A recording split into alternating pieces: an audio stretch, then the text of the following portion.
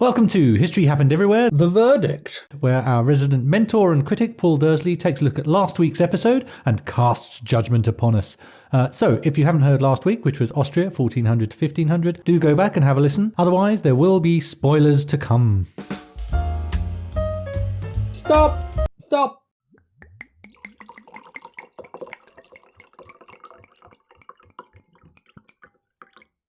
Thank you.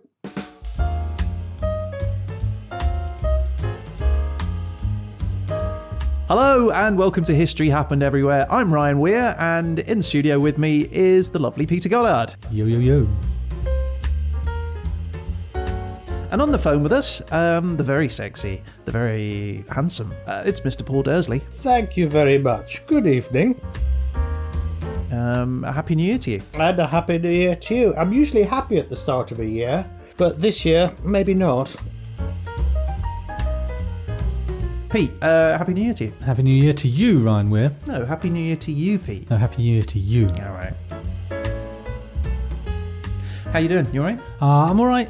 Well, it's dark, it's gloomy, and we're all locked down. So, better years have been had. Paul, what years could we look back on in history and go, you know what, despite everything that's happening right now, this January is still better than that? Well, I guess the latter part of the Second World War. Yeah, that'd be pretty rough, wouldn't it? 1941 probably was the bottom, wasn't it? And then it sort of picked up a bit, didn't it? What were people doing during the Spanish flu during the Januaries? That must have been a pretty rough time as well. They didn't have Netflix to keep them occupied. Or History Happened Everywhere on podcast. Well, they died. It's the simple answer. So they did have something to do. So I read something about the Spanish flu, which was that the reason it's known as the Spanish flu, which is not because Spain was particularly afflicted by it, which I had assumed, but because at the time, while it ravaged its way around Europe and various other countries, other countries had censorship of their press, and Spain much less so. So it was reported in Spain and then became known as the Spanish flu. Oh, okay. I assumed it was like the China virus, and it was just the British going, yeah, it's definitely the Spanish, because we had a beef with them at the time. Yeah, like so many things, like taking French leave to mean going AWOL, and various other unpleasant things being assigned as French things. Right, exactly. The French disease. The French disease, is that what you would call it? I think it's generic venereal disease, isn't it? The French pox. Oh, I see. Right, so this is off to a flying start with happy thoughts. You were supposed to make me feel better. Boy, I feel worse. We've talked about the Second World War and Spanish flu. You started it. Yeah, that's true. I did. I came to you for a happy thought. Oh, bless you. Right, okay. Well, let's talk about episode 18? 18B? 18B, yeah, part 2. About Austria in 1400 to 1500 with a topic of tradition, which was a new one, wasn't it? It was. You sort of just created it. I made it my own. You went off the rails. I created new rails. You went wild. You wouldn't let me do my episode. I really wanted you to, but that alarm, it cannot be beaten, Ryan. It's time up. When time's up, time's up. So have you done all your reading on Liechtenstein, and now you don't know how to criticise our episode? I'm going to criticise it quite a lot, actually. First of all, I was very disappointed. I was looking forward to Liechtenstein. You're not alone. And I was very disappointed that Ryan couldn't force himself through and do it. Unless, of course, it was a ploy, Ryan. You hadn't actually done your homework. I don't know why you would possibly think that. Gazes at shoes. that may have played a part, but that's besides the point. Moving on. I feel told off. You're the victim here, Ryan. Stick with it. I am the victim. I should be the victim, right? You take the blame for me. So, okay, yeah, my apologies. I did force a load of stuff in. It wasn't so much that Ryan wasn't prepared. It was just that I had so much that I still wanted to share that I kind of hogged the glory. It was a good episode, though. I enjoyed it. Or was it? Well, let's find out. So, Paul, let's start at the very, very beginning. Peter took us on a little bit of a year-long journey, didn't he? Through all of the different traditions. An annual escapade. An annual Österreich escapade. Wow, Ooh. that's good. Do you want to do our marketing? And so we started with smashing eggs. His stupid face and my beautiful face being smashed together, hurled together in a egg-splosion. I was very disappointed at that. Why? You're not supposed to use hard-boiled eggs. You're supposed to use bad runny eggs. Wait, what? There's a lot more at stake there. Is that a thing? Or are you making No, that I just made that up. Oh, right. I think he was But I was wish fulfillment. I was disappointed that you didn't use raw eggs. I think that, again, more at stake. It would have been more gripping radio, maybe. But So come on then, let's talk about egg bashing. Well, what do you think? Is it a good tradition? It seems a bit of a waste of eggs. Oh, you eat the egg. You boil the egg and have your rattle and then yum yum, egg for all. Okay, so it's a bit like with prunes where you do that little rhyme where you take the seeds out of prunes and put them on the side of the bowl. What? No? No, one you're going does to have that? to share this. This could be some weird rhyme-specific tradition. Yeah. First of all, prunes don't have seeds. They have Stones? stones. Okay. I mean, they're not actual they would- stones, though. So they would only have one, though. So you'd always get whatever the first one is. Yeah, but unless you counted out how many prunes you put in a bowl. How many prunes are you eating? Who's eating bowls of prunes? Where are you from? The 1970s? I so regret even mentioning this. The whole thing, you do right. So you pour out some prunes in a bowl, I mean, that's where you lose me. Who pours out some prunes in a bowl? and then you eat the prunes, except the stones. And then you count the stones later, but you do the Tinker Tailor, Why don't you Soldier just Sailor, count, and why whichever don't you one just it count is. the prunes? Well, you could count the prunes. There is a but that's- one-to-one relationship between prune and stone. But this is, I'm trying to take us onto the fortune telling thing, right? The point of this, the prunes thing is. I think you mean a pomegranate. No, I don't. I mean prunes. You eat the prunes. You just let me tell you. So you eat the prunes. You eat the Everyone would be a prunes. tinker. You eat the prunes, and then the stones are left in the bowl, and you put them on around the rim of the bowl, and you do. Why are you looking at me like I'm weird? And you count them by going Tinker, Tailor, Soldier, Sailor, and rich whichever man, one you poor man, stop beggar at, man, thief. that's the one you're going to marry. Oh, this is a very gameable system, isn't it? Why? No. Just count your prunes when you Well, eat don't them. count the prunes, otherwise the fortune doesn't work. So is this prunomancy? Yeah, I think it's Prunomancy. I cast the stones and see your future. yeah. So I think You will that's be a thing. going to the lavatory very soon. Anyway, so yeah, that's why I'm going to marry a tinker. Of all the reasons for you to marry a tinker, the prunes told you to do it. Is Prunes possibly told the me worst. to marry you.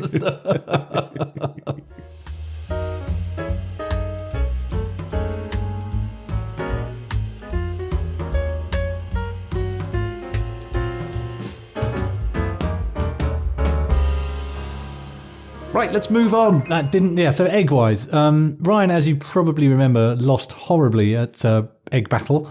But didn't he use the wrong end? Well, I thought so, and then I sort of started to doubt myself about there being a right and wrong end at all. So I thought we might consult you. The only thing I know, which end comes out first? That's an interesting question. Well, I think the pointy end comes out first because that's the bit that it lands on the ground, and that's why that's the strongest bit. Well, not necessarily, because the anus can take a lot of different sizes. Cloaca!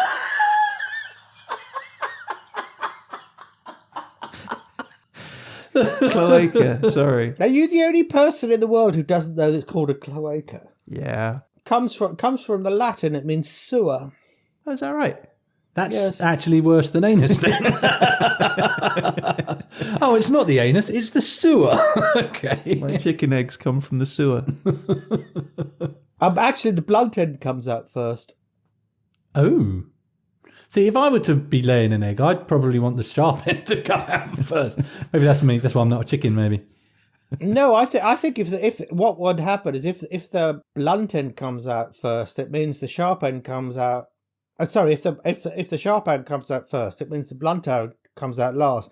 So there'd be an enormous clap when it shuts. This is why when you go past the chicken farm. Whereas if the blunt end comes out first, the sphincter muscle closes gracefully. No, because I walked past the chicken farm and all you could hear was this.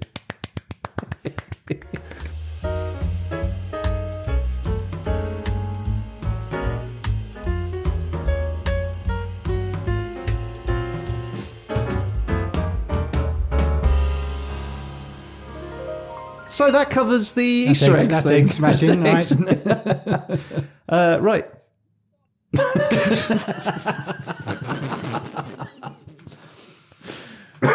So what comes next then? Solstice, bit of bonfire.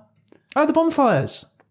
Bonfire of the solstices. I just got really excited over the bonfires. Bonfires are great. I love a bonfire. Yeah, me too. They're dangerous though. You look at what's happening over in the States with LA, they've got these... Well, that's setting fire to buildings. It's not quite the same thing as having a bonfire. Not buildings, in Australia. Oh, all the forest fires. Forest fires and stuff. Well, arguably that's because they don't have enough fires. Who don't? What? Those areas, some of those areas, forest fires are sort of part of the cycle of life. The cycle of life. And they need forest fires. They're ready for them. Oh, yes, they're absolutely necessary, yeah. Some of those seeds won't even sprout until they've been through a good fire, have a good burn up. So there's no chance that these summer solstice fires are going to set the Alps alight? I would say highly unlikely. I would like a burning mountain would be a sight to see, though, wouldn't it? Well, you think about it, right? They've got grass fields. That's got to be somewhat flammable. And then you've got pine trees, evergreen forests on the sides of those mountains. They're going to go up. Think of the resin that's in those trees. It's all wet, but though, isn't it? In the Alps in the summer, it sort of rains every day at about 5 o'clock for an hour, doesn't it? Wow, that's an oddly specific bit of information you know about. Is that where the Swiss would get their sort of punctuality from? Is it? So It did when I was in Austria as a child. Oh, okay. Did you grow up in Austria? No, on holiday in the Tyrol for a week. Oh. I've just It rained every day at about 5 to 6. Then it cleared up and it was a lovely evening. Does anyone else have an image of Dursley and Lederhosen with a little ice cream running through a field? Like Gunter from Charlie and the Chocolate Factory. Looking at the cows with headdresses. I want chocolate. I'm afraid this is all lost on me. Okay, so cows in headdresses then. No, my point is, if there's a big old fire in the Alps, all the snow on the top of the mountains would melt and therefore flood the valleys, killing all of the people. I think it's there's tremendously no snow dangerous. There's very little snow in the Alps in Austria in summer. Yeah, probably because of all the fires. Has anyone done the science? I think not. Paul doesn't even know where to start dismantling this. Yeah, because I don't think most scientists would even go there for the simple reason it's stupid. Yeah, okay. Well, fair enough. Right, so, but yes, okay. Have you seen the pictures of them? They're quite amazing. I had a little look. No, I haven't. Yeah, they're quite delicate little flowers and it's like graffiti, really. And it's really up the mountain. What really amazed me, I thought they'd be like, if it was me and someone said, do a fire on the mountain, I'd go very much to base camp and no further. At the very base of the mountain, probably put something together. But they've really jacked these fires onto what look like really steep mountainsides. I imagine if you're into it, you probably get quite competitive with the other people that are doing it as well, right? So the higher you go, the better placement you've got, and just like these little rivalries between the Graupfitiists. Graupfiti. It's Graupfiti. That's what I'm calling it. Graupfiti.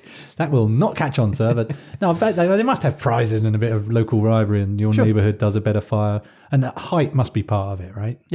Yeah, and the most dangerous ledge and all that sort of stuff. Oh, absolutely. So are they actually real fires, or are they like Roman candles that they set out in patterns? No, it's real fires. You know, like the, it's that chalk outlined man in south of England. The Cernabus giant. Right. Tell us about that for those people that don't know. Well, the one with the chap with the enormous phallus. I mean, I thought it was ordinary size myself. but what is it though? They think it has been extended a bit over time. But what is it though, Paul? For those people that haven't been to the south of England and seen the giant phallus man. Well, it's a figure carved in the landscape. They don't really know very much about it. When it was carved, some people think it's, goes back thousands of years. Some people think it was carved in sort of the 16th century. 1987. As about the same time as the other chalk figures, the horses in the landscape. So there are other chalk figures, right? Outline drawings. There are hundreds of chalk figures. The by far the best one is at Uffington, which is the white horse there, which is this weird stylized white horse galloping through the landscape. Okay, cool. I'm going to put some links to this in the episode description for this podcast. If you're interested in seeing those because you haven't seen them before, you don't perhaps live in England, and you want to see the chalk outline figures, there'll be some links in the episode description there. But my point is that those outline description figures, imagine those, but instead of chalk, they're fire. That's what they look like. Yeah, that's fair. So how do they set these fires? Is it lots of fires as spots? Well, they seem. It's hard to tell because the images are all from a ways back, right? I couldn't really find much in the way of how they make them, but they literally look like drawings, only in flame. So, like the Nazca lines. Yeah, that's another way of putting it. Yeah, like the Nazca lines. Yeah. Where is that? Mexico? Very much like the Nazca lines. Peru. Yeah, the ones where you can really only see them from above. Oh, right. Yeah, I mean, I don't want to say it's aliens, but. Oh, God, here we go. Well, how else are they getting up that high to see them, to be able to draw them out? Man has never climbed before, it's true. They were attached to large kites. Yeah, well, that is another way that they suggest that they did do it. I'm not going down the... Yes, that is the rational answer. I'm not going down this rabbit hole, Ryan, and listening to your crackpot theorems. It's not a crackpot theorem. I'm telling you, the crystal skulls are true and real and they exist. Just ask Dan Aykroyd. He knows. He does know. Dan, if you're listening. The crystal skulls exist. There's one. Exactly. There's one in the British Museum. They're just carved. They're just crystal skulls. No, they don't know how they were carved. No human could possibly have carved them. Oh, God, I'm not going there. See, you're only encouraging him. Quick, let's go back to Austria and talk about cows in headdresses before we go too far down this conspiracy. So was that summer solstice as well then, the cows? No, the cows was September, October. Okay. So it's the changing of the seasons. It's getting cold up on the mountain, so you bring your cows down. Don't you want to talk about the solstice then? We could talk about the solstice. So what's the big deal about this? So how come some days are longer than others? Because the Earth is tilted. Well, it's tilted with respect to the plane of the solar system, called the ecliptic. What does this mean in English? Because I don't understand a word you've just said. 23.5 degrees is the angle of spin of the Earth. So, okay, right, so there's the sun, and then there's a bunch of planets, and then there's Earth, and Earth spins around the sun, and it spins around at an angle towards the sun. Not on its equator. All of the planets generally circle the sun in the same plane, but the Earth's spin is not perpendicular to that plane. It's kinked by 23.5 degrees, I think. Okay, why is it kinked? It was probably because is it like hit by an asteroid and it made it all wobbly? Well, yes. Oh. Probably to do with the moon splitting out from the Earth. Okay.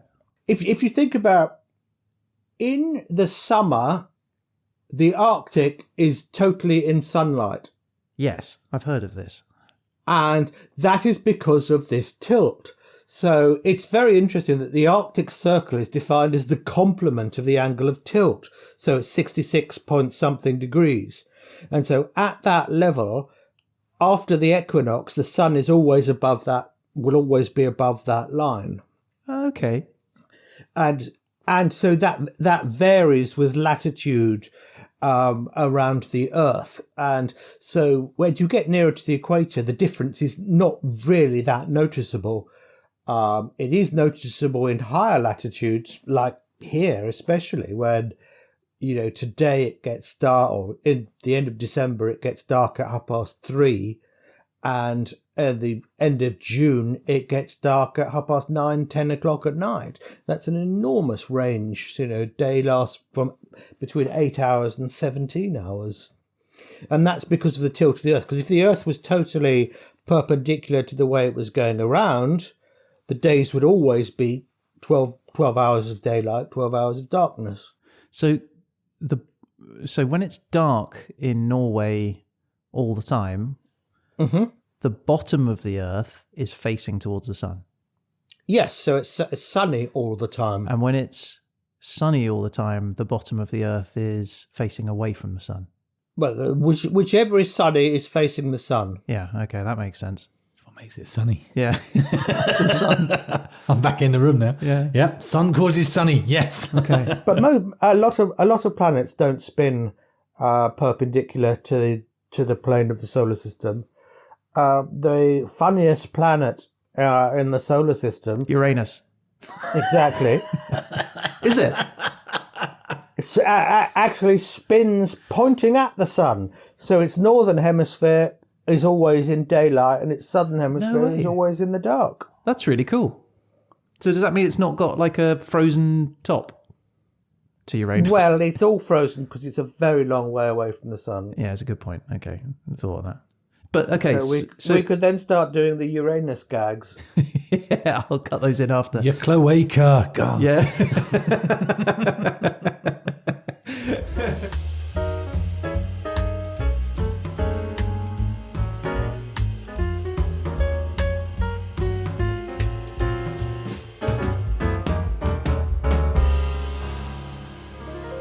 We were talking about cows. We were about to talk about cows. Oh, okay. So cows. Of all the festivals, I mean, bonfires are pretty classic. Eggs are pretty universal.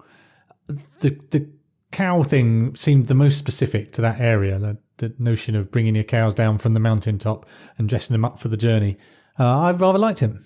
Well, sort of moving the cows up and down. I can't remember the name that you gave it. Gave it a nice transhumance. That's a very nice name. That's obviously logical. But then dressing them up as maidens or whatever they do. Just floral headdresses, Actually, you can see. I've suddenly realised where this tradition has come from. The farmer, the herd got caught and was like, "Oh no, I'm dressing them up bringing them to bring them down." Come on, Daisy. That's why I'm wearing. That's why I dressed her up like this. Yeah, I think to some extent it's any excuse for a party, isn't it? If you're going to do something, you're bringing the cows down. Everyone's doing it at the same time. Yay, party! That's where festivals come from, right? I guess so. Probably just got a lot of time on your hands, haven't you, to make little stuff? Yeah, you're up there. They're chewing the cud as they do. You've got time on your hands, a whittling stick and a bunch of wildflowers around. What are you going to do? Dress your cow up. Dress your cow. It'd be quite fun, because then when your neighbour comes around, you'd be like, "Look at my cow." You'd be like, "What have you done?" My cow could be prettier than that. Exactly. A little bit of competition. Right. I could see that happening. Anyway, right, so let's move on.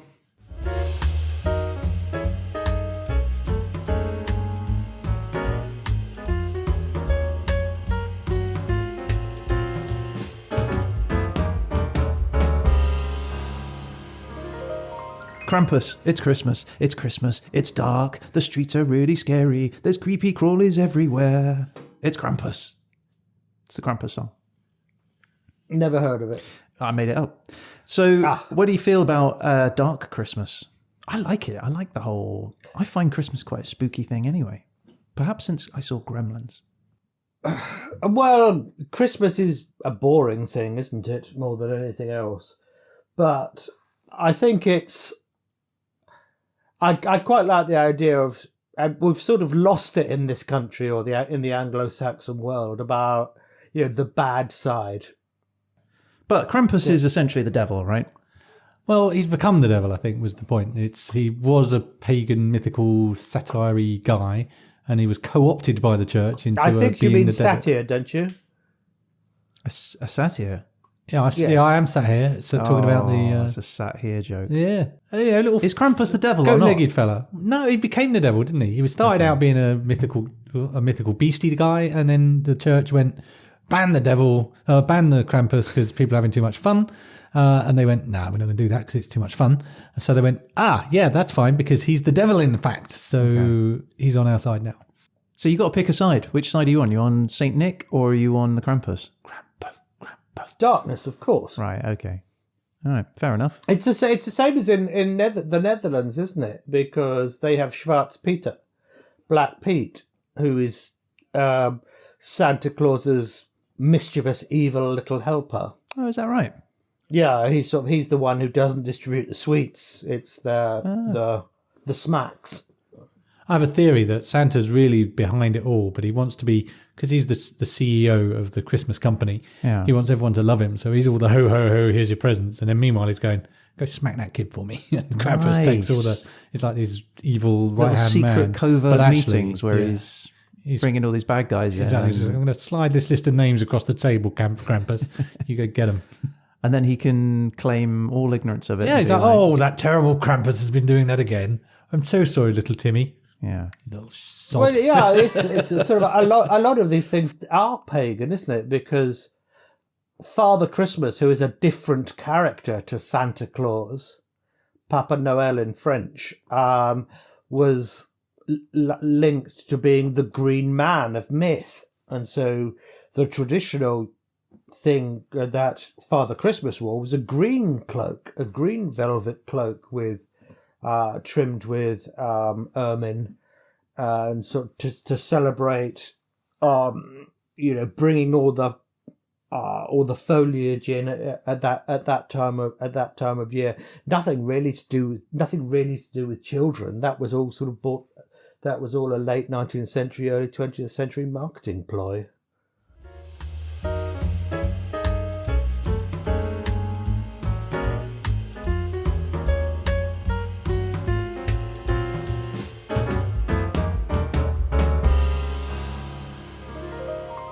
Okay, let's move on to the final topic then from Pete's one, which was the molybdenmancy, which is a great name, by the way. That was my favourite part. Okay, cool. Is that because you believe thoroughly in the ability to forecast things through the melting of lead? No, I like the word molybdy, which is interesting because molybdy means lead, but of course there is an element called molybdenum, which is not lead. You say, of course. Of course. Well, I did not know about that. Well, What would I find molybdenum in? I'm not 100% sure, but it's probably one of the rare earths for magnets that is used for magnets now. Oh, that's cool. Like neodymium. If you get that wrong, do I have permission to voice of the internet it? You can if you wish, but you won't. Or the Krampus will come. Right, let's talk about molybdenmancy. So obviously it wasn't lead. We did actually have a proper professional Austrian kit, right? A molybdenmancy kit. I think the word professional is used in the loosest possible terms. It was professional. There are professionals that use that exact kit. No, you're probably right. It's just a professional charlatan. It's sort of a fun game. So is there any truth to molybdenmancy? Any truth?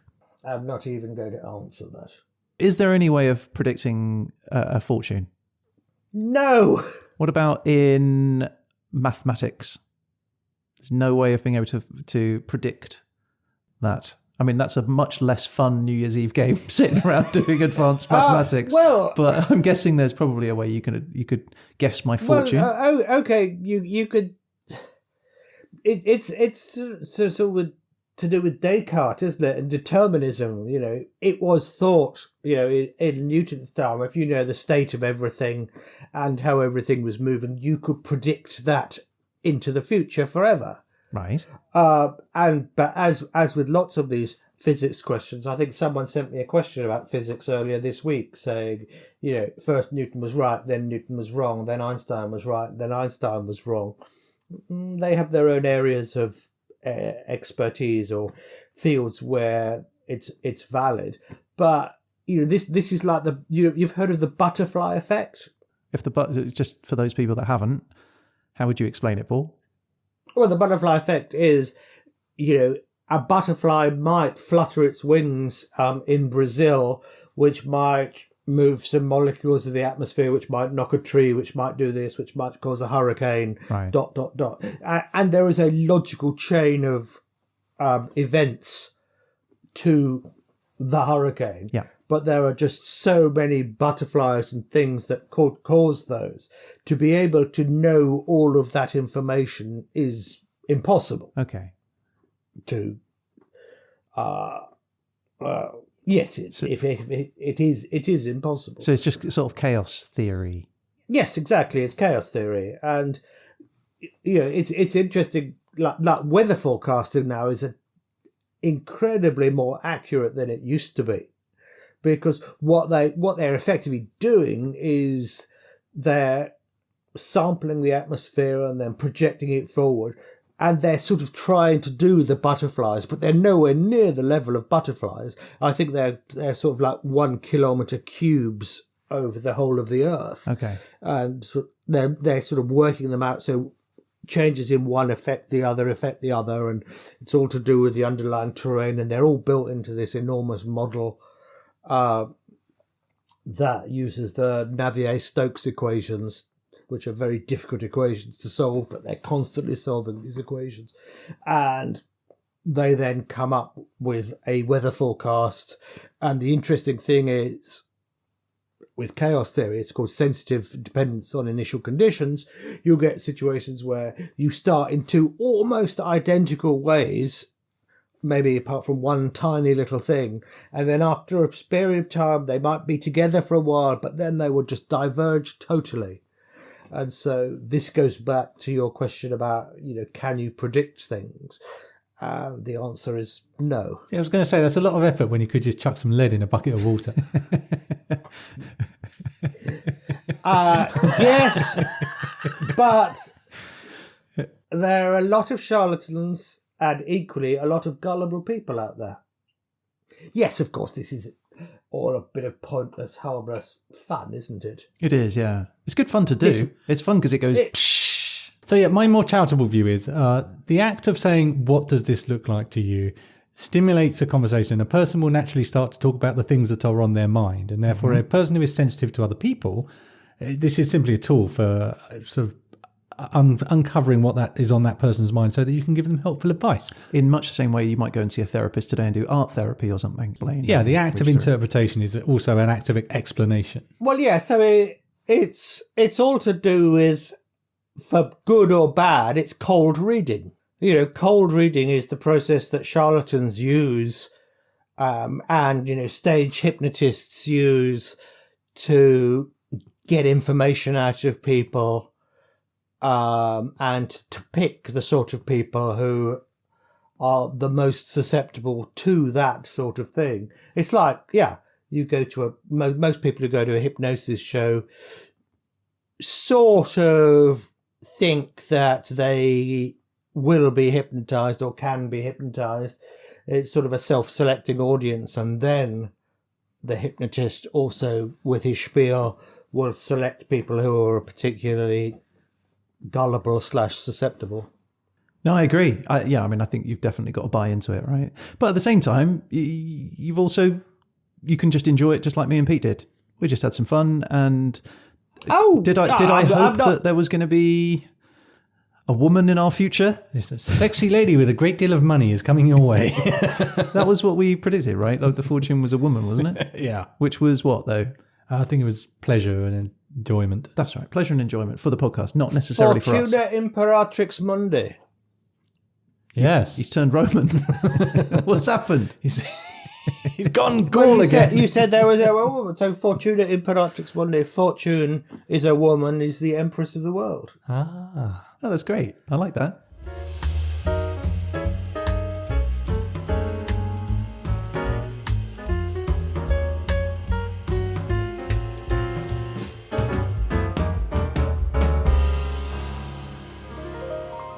Very good. Right. Well, that brings us to the end of Austria, part 2.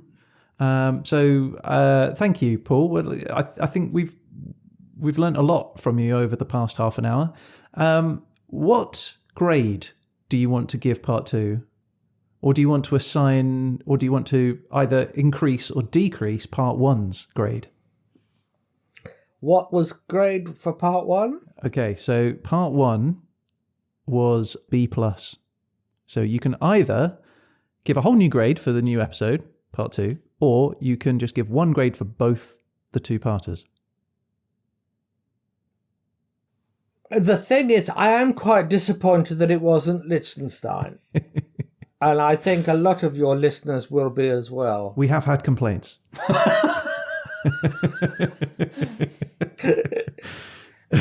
So I think the fairest thing would be to give this a B-, to give an average of B for the thing.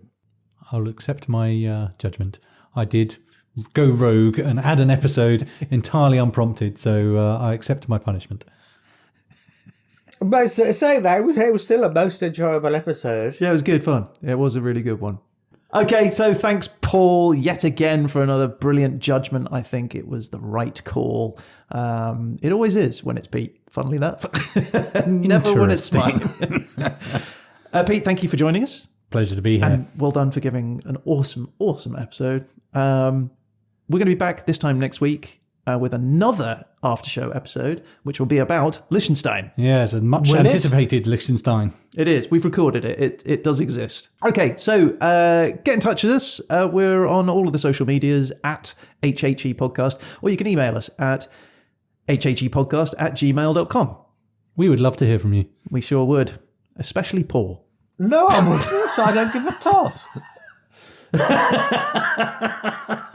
Right, so Paul doesn't want to hear from any of you, so absolutely, whatever you do, do not write to Paul Dursley. Do not write to Paul Dursley at hhepodcast@gmail.com. He doesn't want to hear from you. Or through any of the social media at hhepodcast. Definitely don't do that. Please don't do that, because Paul would hate it. Okay, this has been History Happened Everywhere. The verdict.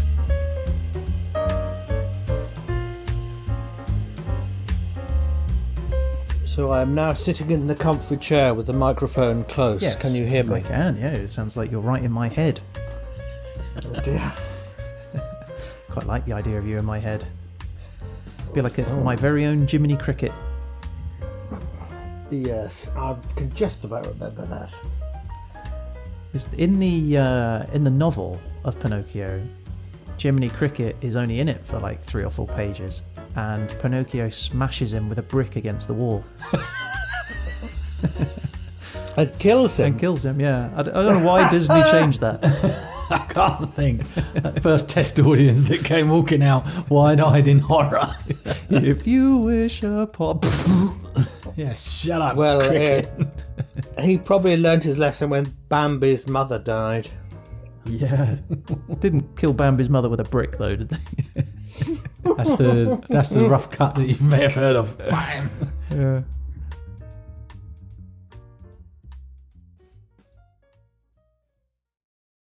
Hello, I'm still here.